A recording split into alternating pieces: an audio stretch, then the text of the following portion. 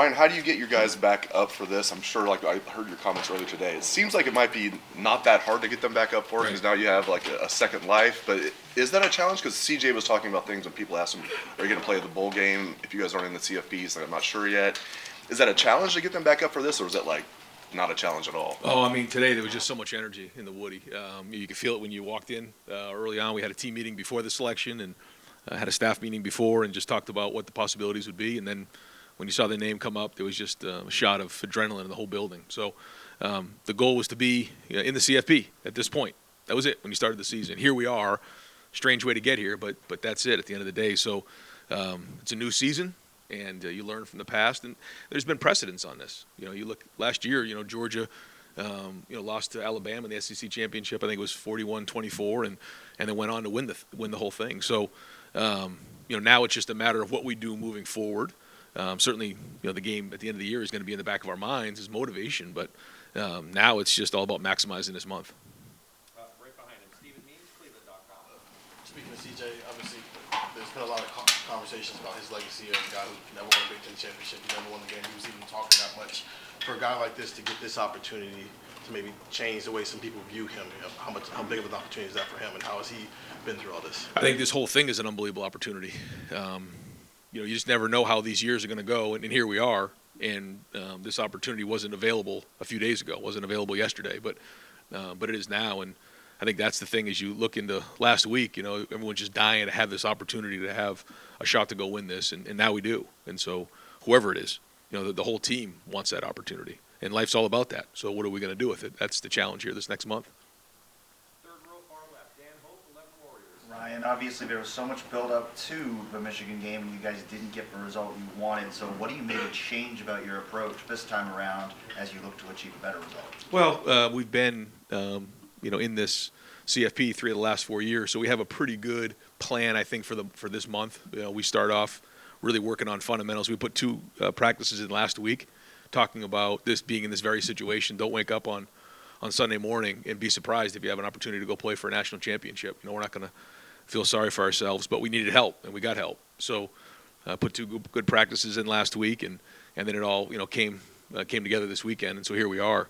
I think we did a really good job in 2000 of getting ready to play in that Clemson game. We'll use that same formula as we prepare for this game, but I think the fundamentals is the first part we got to really hammer in the first week or so, and then it's game plan, and we try to do as much as we can here on campus, and then we get on site down in Atlanta and go through a game week preparation. So, certainly looking back on the last game, we just had too many explosive plays, and so as coaches, you got to make sure you're looking at, are you putting your players in position to be successful? That's it. And then if not, then why isn't that getting done? And so, a lot of looking in the mirror last week and figuring out why that didn't happen. And so, at the end of the day, it comes down to accountability and ownership, and it starts with me.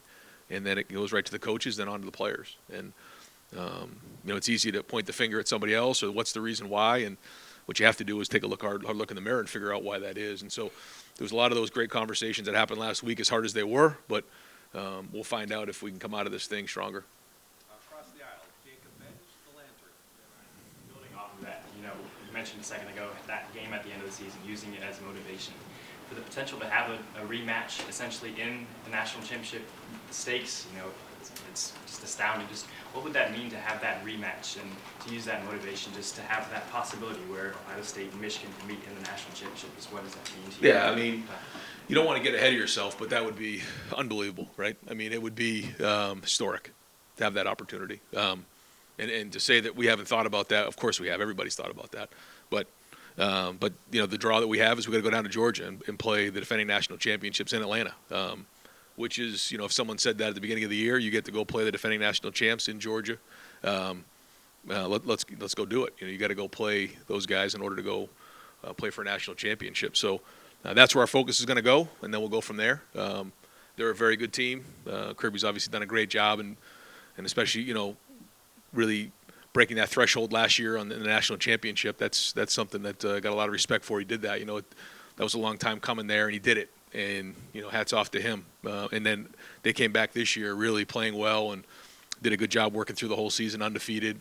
played really good in the SEC championship game, and they have a lot of weapons, and they're very well coached. So big challenge for everybody across the board, but something that going into the season, we knew we were going to be in the situation to go play for it all. Georgia was going to be in the way, and so however we got here, we're here, and now it's time to go to work. Go deep center field. Bill Landis, Rivals.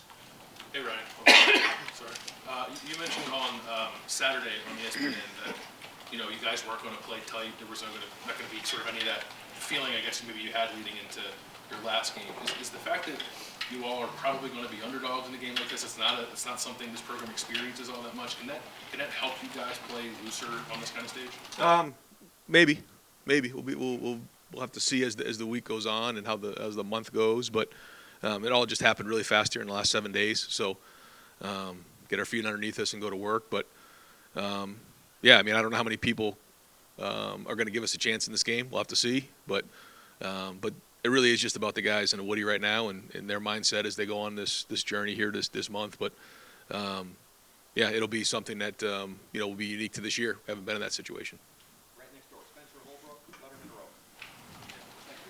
Row. Ryan, this past week, did you find it a little refreshing to be able to do that much self-scout and not know what's in front of you, just because you can kind of focus on yourself and yourself only and not even be able to think about who you might be playing in the weeks ahead? No, I mean, we wanted to be playing the Big Ten championship game, and that hurt. So no, it was not a good week. It was an awful week. But we did a lot of that. We looked at self-scout. We looked at Georgia. We looked at up north. Even got ahead on the game plans on those. Just that if we're in this situation, let's not be a week behind. We worked pretty hard on that in all three of those areas, and so it was good to take a hard look at everything that went on this season and figure out where we need to be as we head into this stretch here in December.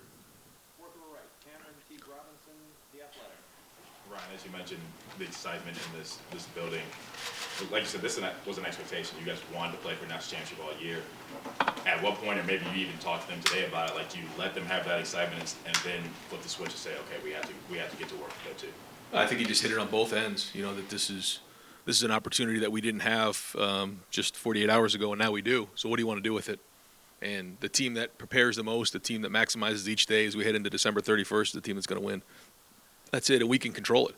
Yesterday we were not in control, now we are. And that's going to be the challenge. So it was super exciting for our guys. I mean, there was no target yesterday. We like you said, we had nothing to focus on. And then the minute you see your name pop up on that screen, now you got something to work towards. And certainly that was really invigorating for the whole program and exciting. Right next door, Tony Gerben, Buckeye Huddle. Ryan, on ESPN yesterday, you talked about moving forward, you're going to play loose, you're going to be aggressive, you're going to go at people. What does that mean to you, and is that something that you didn't do against Michigan? Or Yeah, I just think that, when it all gets taken away from you, it makes you just kind of, sit there and realize, that, you're going to have one shot to go play Georgia, or whoever team you play, and that we just got to let it all out and let it go.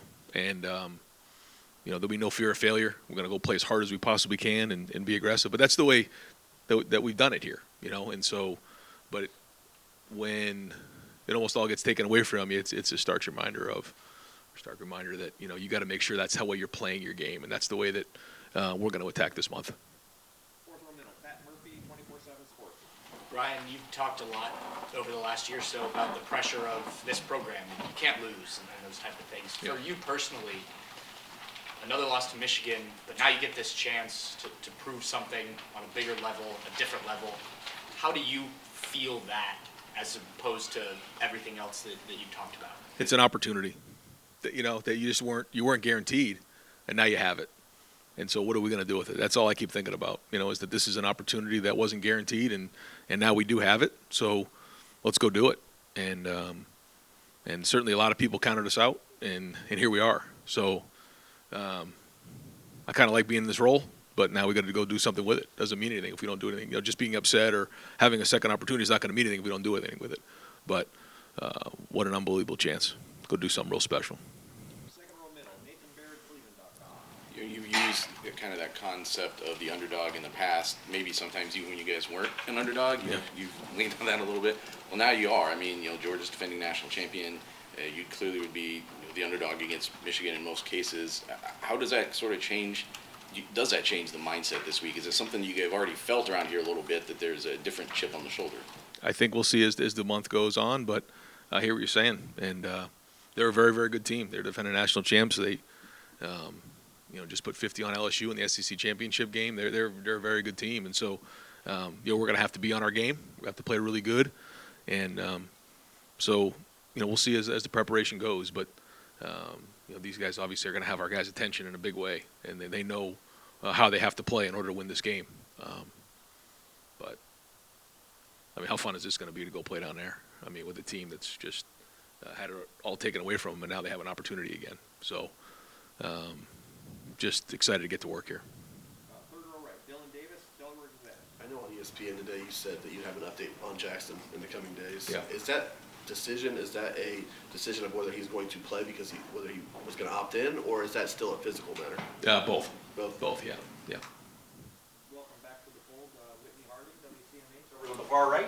Speaking of that, Ryan, how important is it going to be this next month to get not just Jackson, but everybody healthy, not just physically, but mentally after what happened last week? Yeah, I mean, I think, Jackson we'll see, but everybody else, I think we should have. And, that was a little bit part of the story, a little bit this year. And to be at full strength or almost at full strength is going to be important to go beat these guys. So, great to get a couple weeks, and even last week got a little bit more rest. And, I think that, the running back position, especially those guys, it was hard for them. There's nobody that wanted to get on the field more than Trey and Mayan, but they just had some things that were just limiting what they could do. And I give them a lot of credit for keep trying every week, but it was just, there's two things. There's one, you can get bruised, or you can get kind of hurt. And there's things where you get injured that you just physically can't do it, and it gets frustrating. This allows us some time to heal from those, so that we can hopefully get some of that stuff behind us, so we can have a full strength team going into it. And it's a lot of different positions, but I give those guys a lot of credit for trying it every week and getting out there and grinding through it. But it'll be nice to have be at full strength. Right in front of him, Whitney, Adam James, WBNS 10 TV. Coach, you've used the term scars a lot with these guys from Oregon, Michigan last year. This is probably one of the deeper scars this program's faced in a while, but you have an opportunity to immediately heal it. What is the mindset right now around the Woody? I mean, just 2 days ago, I'm sure it wasn't, it was as solemn as it's been. How do you immediately flip the page like that? Well, we talked about it midweek when we went out to practice, and a couple guys, and, we talked to the team about, if this happens over the weekend, don't wake up again on Sunday and be like surprised that this is happening. Like this is going to happen, and we're going to have an opportunity. And when that opportunity comes, we got to be ready to roll. And it's all kind of happened the way that we thought it would. And so now we just got to go run with it and go do it. And again, I keep saying opportunity because if you think about what could be, boy, what an amazing story this could be. But I think our guys understand that. They know what happened, and they know what could happen. So at the the goal was to be in this situation, not fourth, not whatever, but not to lose that game, but to be in the CFP. We're in the CFP. We're 2 games away from winning the national championship, and that's the mindset of our guys. You guys were talking about goals. If things break the way they do, there's a chance that every goal is still in front of you, beating Michigan, winning the national title. Is that surreal to think about, to kind of put in perspective where you were just a week ago? Yeah, but what matter is if we play better. That's it. I mean, we have to play better on offense. We have to play better on defense. We have to play better on special teams. And if we do, then it'll give ourselves a chance to do that. So we're not going to dream and do all those types of things. We got to get back to work and make sure that we're playing better in all 3 phases and executing better and playing really, really fast. Front row, middle, Joey Kaufman, Columbus Dispatch. Ryan, have the seeding, the rankings followed a certain way? Possibly you guys could have edged TCU for that 3rd spot and would have set up a rematch in Michigan in round 1. How would you have felt about that? Or would you just be glad to get in anyway, no matter what? Or what would have liked to have that game back to back? Yeah, I mean, it was out of our hands. So, I think that's the thing that hurt the most is that, you weren't in control of everything that went on because of that game. So, wherever they put us, and we were ready to play. And, we got to win them both anyways to go do it. So we got to take care of business in this first game and go from there. All that stuff's kind of out of our control. Over to the right, Tom Ferry, WBNS 10 TV.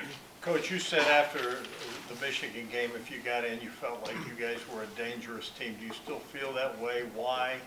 And also, how much of a benefit is it that this will be the third time that you guys have been in the playoffs? Yeah, again, being there, we know what it's like. But I think we're dangerous because, you see us in all three phases at certainly a good portion of the season playing at a high level.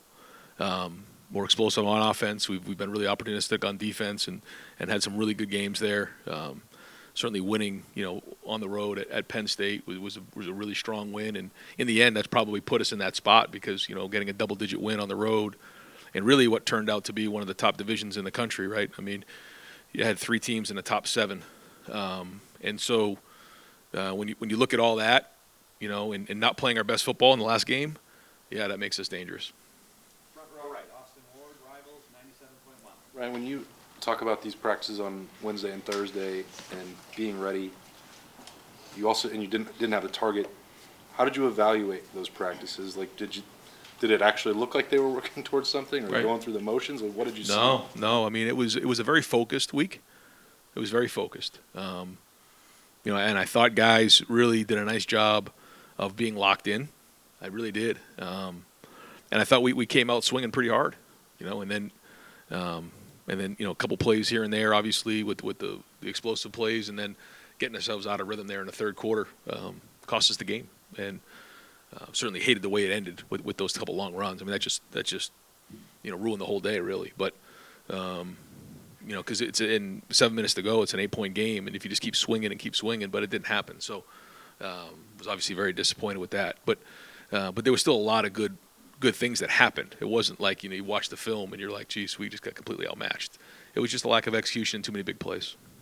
I don't want to belabor the point because I know there's something, maybe not much you can say about it. But is there a timeline that Jackson has a deadline to meet, or do we just have to ask all the way up till December 31st? Yeah, we'll see. I mean, we'll see. I mean, it's the whole thing's been unfortunate, and certainly nobody wants to play more than Jackson. But there's just, we'll probably have more in a few days. Front row middle, Bill Rabinowitz, Columbus Dispatch. Yeah, I got a couple. First of all, what'd you send Kyle Whittingham? Yeah, nothing yet, but we'll see how it goes. But I will say, unbelievable amount of respect for what he's done and going up against them last year in the Rose Bowl and how what a pro he is. And then to see them play the way that they did in that game doesn't surprise me because of what they've built there and how they do it. And really happy to see them win their conference championship again and go back to the Rose Bowl. And really job well done. That was a throwaway. It doesn't count. Can you address, the big plays? Yeah. When you dissected them, I mean, we've all looked at them. We can kind of pinpoint what happened on some of those. Was there any overriding thing with them? Is there anything you can say about what caused those breakdowns? I think, like anything, whether it's offense, defense, or special teams, I mean, it's a combination of things. You always feel like as a play caller in all three phases that you can put your guys in better situations. That's our job as coaches, is to put them in better situations. So that's the first thing you always look at. And could we put our players in better situations? Yes, we could. Can we execute better? Yes. And so it was a little bit of both. Certainly on the zero blitz there, the ball came out and I didn't quite make that play, and there was a couple shots down the field, and really in the first half there was those 2 passes that got away from us. But that's in matchup games like that, it comes down to 1 or 2 plays. It ended up being 4 or 5. And then on offense, we shot ourselves in the foot with some penalties, and again, looking at some calls you'd like to have back. Some things we didn't, a couple false starts, got us out of rhythm a little bit. Got to do a better job on third down. So, I mean, there's a litany of things that we identified that we have to do a better job of. And what can you say about what we all think was the fake punt? What happened on that play? Yeah, I'd rather not get into it. I think, you guys have now seen that it was. And, at the end of the day, it just didn't get done. So. Second row left, Steve Hellwagen, 24/7 Sports.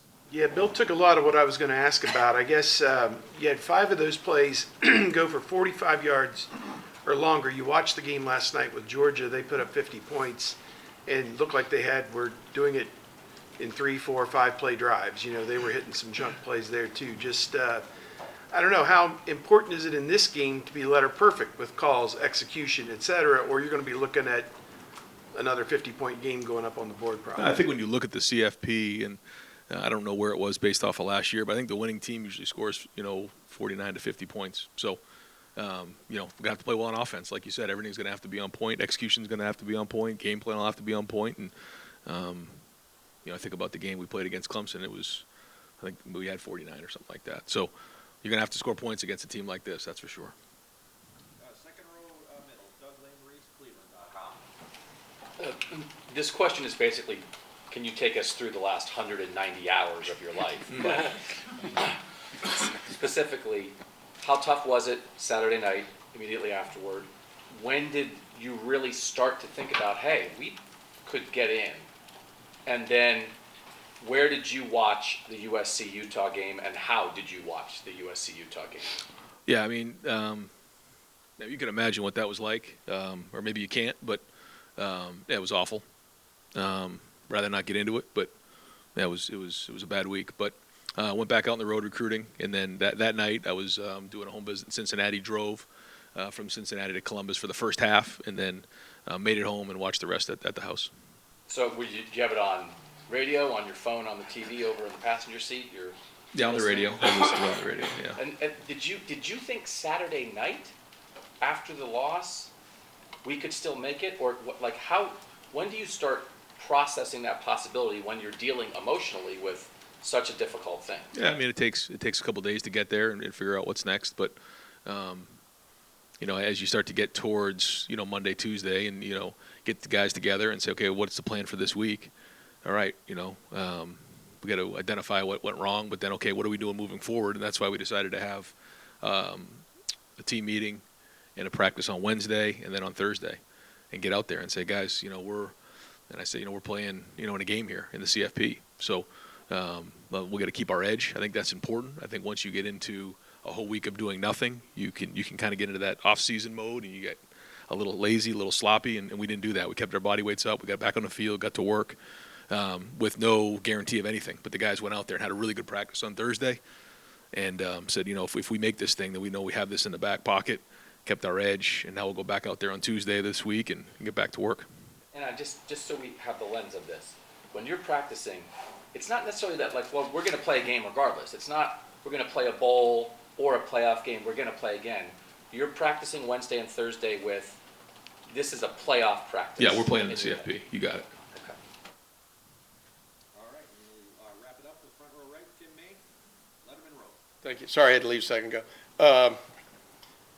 What burns at you more when you hear the nitpicking and the catchphrases that have gone on since that game a week and a half ago? Too timid play calling, giving up new 4-2-5 defense. I don't listen to that stuff. Yeah, but I mean, because if I did, then obviously it'd drive you insane. So you can't do that. So just put your phone away and move forward and try to coach the team. Could I ask one quickie follow up on it? Do you think y'all were too timid in your play calling? I mean, listen, you look at everything and, you try to go back and figure out what went wrong. You know what I'm saying? So, there's certain things that you want to have back always, and then there's a lot of areas that you got to, look at and figure out how you can do it better. That's the bottom line. Yeah. And the reason I'm asking that is 27 points against Oregon. I think it was 27 against Michigan, 23 against Michigan. Those are y'all's 3 losses in the last 2 years. Obviously, you look at the big plays given up defensively, but offensively, what has been your challenge, I guess, to your offense going into heading forward now? Well, I think it's just that we talked about is, in these big games, whether it's a CFP or in a game like that, typically the team that wins is north of 40 points. And so, that's kind of the goal. And if we're not getting that and scoring at that rate, then we put ourselves at risk of on offense, relying on the defense, which, that's okay too, is to rely on your defense. And I think, defensively we got to play better. But the offensive mindset has to be that you need to be in that 40 to 50 range to go win these games. And you touched on this a little bit a minute ago. What does it say about the Big Ten? Y'all have 2 teams in. Yep.